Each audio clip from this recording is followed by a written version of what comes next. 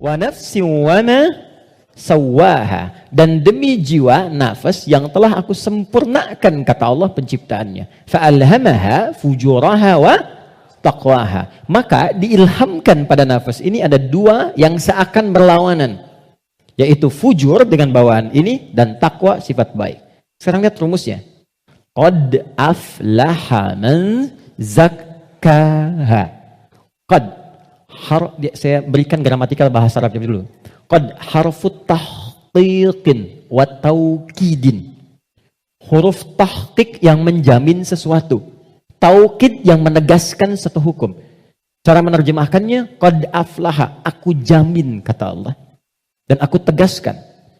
Orang yang mampu menata zakat, menata nafasnya dengan baik, maka hidupnya akan cenderung sukses dan bahagia, apapun pekerjaannya.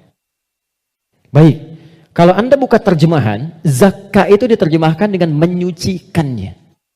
Qad aflaha man zakkaha. Ini kuncinya. Jadi kalau kita ingin menata qalbu, menata nafas, maka caranya dengan zakat.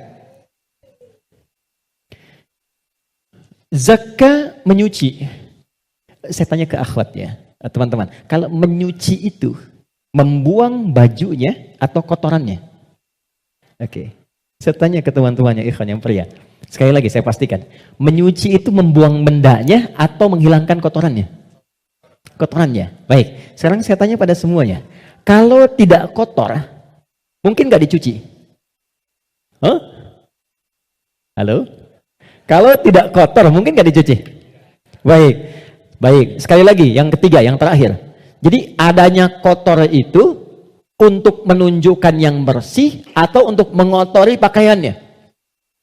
Ayo, bingung sekalian nggak apa-apa. Manfaat kotor itu, kotor untuk menunjukkan yang bersih atau untuk mengotori pakaiannya? Bukan, yang mengotori itu andanya, gitu kan? Kotor itu diciptakan untuk mendapatkan bersihnya. Sebab kalau nggak ada kotor, nggak akan ketahuan bersihnya. Anda nggak mungkin nyuci kalau nggak ada kotoran, nggak ada kerjaan. Tapi supaya ketahuan itu bersih, ditampakkan yang kotornya. Kan harus ada pembanding. Dari mana taunya orang itu baik? Kalau ada yang buruknya, bisa dibandingkan. Tahu dari mana dia jujur? Kalau ada bohongnya. Tahu dari mana bersih? Kalau ada kotornya. Maksud saya, kotoran itu diciptakan bukan ingin mengotori pakaiannya, tapi ingin menghasilkan kebersihan di balik kotoran itu. Karena itu menyuci, itu membersihkan kotoran, bukan membuang bendanya. Tarik logika itu ke sini. Qad aflaha man zakkaha.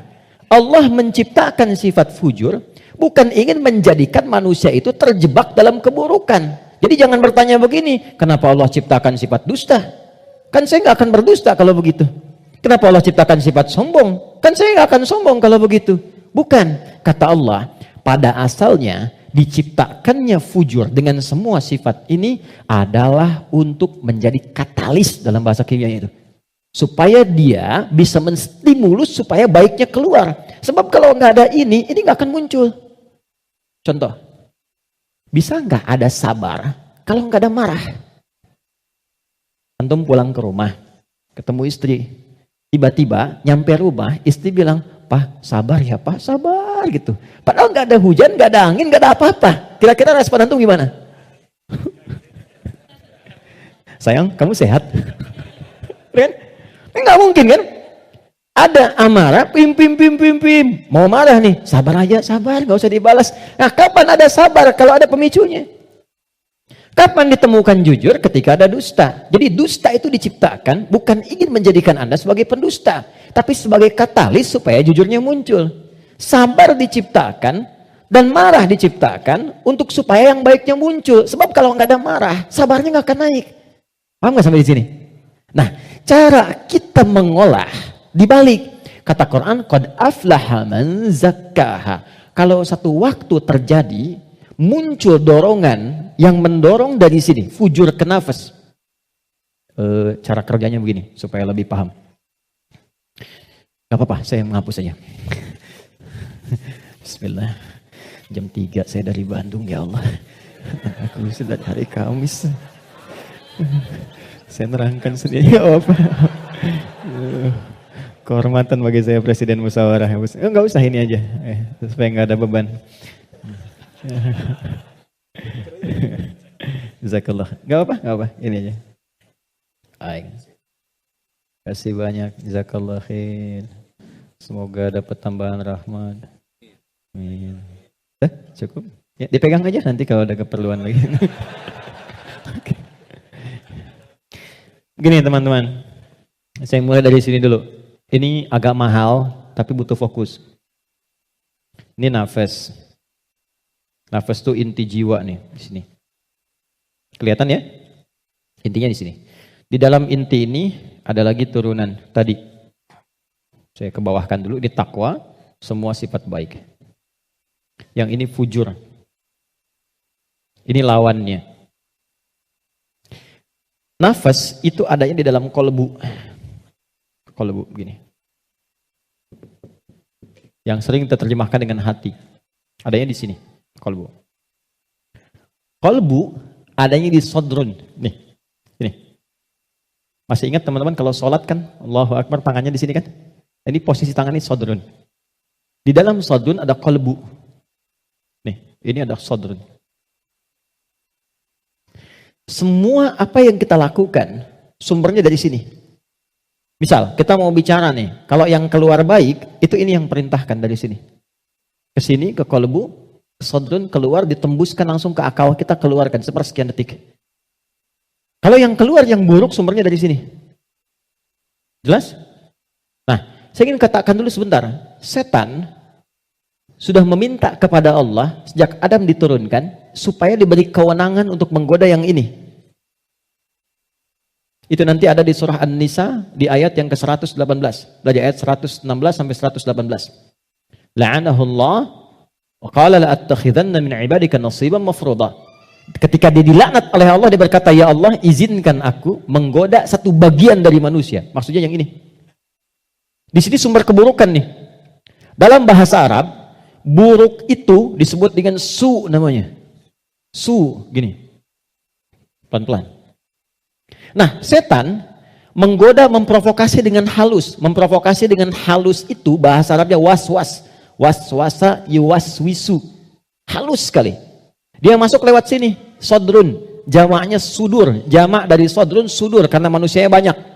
Di Quran surah ke-114. Alladzi yuwaswisu fi sudurin nas. Dia menggoda ke sini, ke kolbu, ke sini. Alih-alih bicara yang baik, dia katakan keluarkan yang kasar. Tak sadar keluar. Begitu keluar bentuknya dalam bentuk perbuatan, maka keluar namanya su, kata-kata yang kotor. Kata-kata su. Karena ini melewati nafas, nih, kan dari nafas nih. Tidak dilihat fujurnya, yang dilihat nafasnya. Oh, ternyata nafasnya itu memerintahkan kepada su. Nafas ketemu su, disebutlah nafsu. Oh, ya, ini asalnya nafsu. Ini asal kalimat nafsu. Dari mana ini ditemukan? Quran surah ke-12 ayat 53.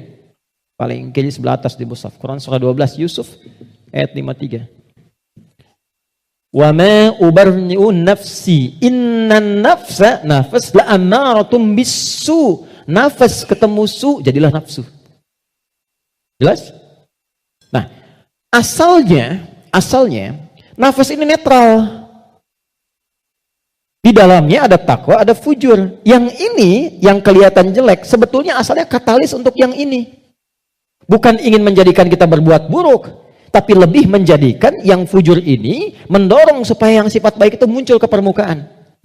Pertanyaannya caranya bagaimana? Kata Quran, qad aflaha man zakkaha. Zakka, sifatnya disebut tazkiyah.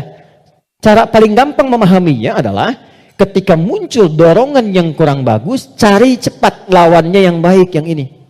Karena ini diciptakan untuk memunculkan yang takwa. Jadi ketika Anda menemukan ada yang dusta, bukan mengajak Anda berdusta, tapi supaya Anda memunculkan kejujuran dalam diri Anda. Ketika ada seseorang misalnya datang dengan kesombongan, maka itu adalah pelajaran bagi kita supaya jangan ikut sombong. Yang dimunculkan sifat rendah hatinya. Dicari lawan terbaliknya. Itu poinnya. Prakteknya bagaimana? Contoh. Apa lawan cemberut? Lawan cemberut apa? Sium. Jadi kalau istri cemberut, harusnya antum senyum. Cemberut dititipkan kepada istri bukan membuat antum supaya marah atau mengintegrasi, tapi supaya antum senyum. Antum pulang ke rumah, lihat istri sedang cemberut. Oh, cemberut, lawannya apa? Senyum. Sayang, kok cemberut? Kayaknya kenal. Sling, ada hadiah iPhone 14 Pro Max misalkan. Contoh. Dalam hidup tuh simpel sebetulnya, cari lawannya. Sedih lawannya apa? Senang. Ketika ada seseorang sedih, cari apa yang bisa membuat dia senang. Ya, ketika seseorang misalnya sedang gelisah, cari ketenangan. Ketika ada seorang berbuat sombong, antum datang dengan kerendahan supaya mengajarkan dia kembali kepada sifat rendah hati ya. Kalau semua orang bisa melakukan semua ini, walaupun tidak mudah mengerjakannya, maka kata Allah hidupnya akan cenderung bahagia. Itu asalnya. Tapi problemnya adalah di sini ada setan yang memberikan was-was supaya ini muncul dominan. Apa yang bisa mencegah dan menghambat setan supaya tidak menjadikan manusia dominan dengan sifat fujurnya dibanding takwanya? Jika kita ingin menata nafas dengan baik sehingga tidak didominasi oleh nafsu sifat-sifat yang kurang bagus, maka setiap mendapati kekurangan-kekurangan atau hal yang kurang positif dari siapapun lawan kehidupan kita, maka cepat munculkan lawan baiknya. Kadang-kadang yang diuji bukan kita, yang diuji orang lain, tapi yang disasar hikmahnya kita. Itu namanya fitnah. Jadi fitnah itu tidak harus selalu tuduhan. Bisa jadi ujian.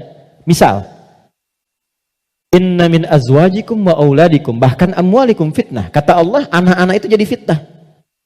Maksudnya apa? Kadang-kadang di anak-anak ada aktivitas-aktivitas yang mungkin tidak ideal, yang orang sebut dengan nakal. Ya? Padahal tidak ada anak yang nakal. Boleh jadi anak itu dibuat aktif supaya kreativitas orang tuanya makin muncul. Jadi ketika Anda melihat anak-anak punya ekspresi tersendiri, lihat dulu dari yang kurang bagus itu apa yang dimunculkan yang baik supaya keluar. Itu caranya. Nah, itu fitnah. Ujiannya di sana yang merespon kita di sini. Terkadang adanya pada tetangga kita. Tetangga yang sakit, dibuat sakit bukan karena ingin menjadikan dia sakit. Boleh jadi Allah ingin menguji Anda sebagai tetangganya, sikapnya bagaimana. Kita cara melihatnya. Tetangga Anda ada kekurangan, mudah bagi Allah menjadikan dia kaya. Tapi Allah titipkan kepada Anda tetangganya supaya Anda merespon harta yang Allah titipkan untuk berbagi. Contoh lain, Anda sudah ke masjid. Anda punya tetangga, belum mau ke masjid. Dijadikan ia menjadi tetangga Anda, bukan untuk Anda caci, atau Anda katakan, tuh saya punya tetangga gak pernah ke masjid. Bukan. Boleh jadi Anda ditempatkan di situ, sehingga mendapat bagian dari dakwah untuk mendoakan dia supaya ke masjid. Ada orang bertanya, saya tanya begini, satu jamaah, apa hukumnya ada tetangga masjid, tinggal di samping masjid, 5 meter jaraknya dari masjid, bahkan toa masjid menghadap ke rumahnya begini. Tapi dia belum mau ke masjid. Oh, jawabannya beragam. Dosa Ustadz, haram Ustadz. Ada yang bilang bakar rumahnya. Hukumnya ajak dia ke masjid. Hukumnya ajak dia ke masjid. Ini sederhana, tipis bahasannya. Tapi kalau kita praktekkan dalam kehidupan di rumah tangga, suami dengan istri, dengan anak, anak dengan ayah, dengan ibu, ini dibawa. Kita datang ke ibu sedang cemberut, buat beliau tersenyum. Lihat pasangan sedang gelisah, buat dia lebih tenang. Lihat anak sedang menangis, buat dia tertawa. Nabi SAW kedatangan seseorang menyampaikan, ya Rasulullah, si fulan berjuang fi sabilillah, ikut ke medan perang, tapi ibunya menangis. Dipanggil oleh Nabi anak itu, katakan, irja, pulang kamu, bikin ibumu tertawa seperti engkau membuatnya telah menangis. Ini konsepnya. Sederhana, tapi kalau kita bisa mengendalikan itu dalam kehidupan, maka kebahagiaan akan nampak di depan mata.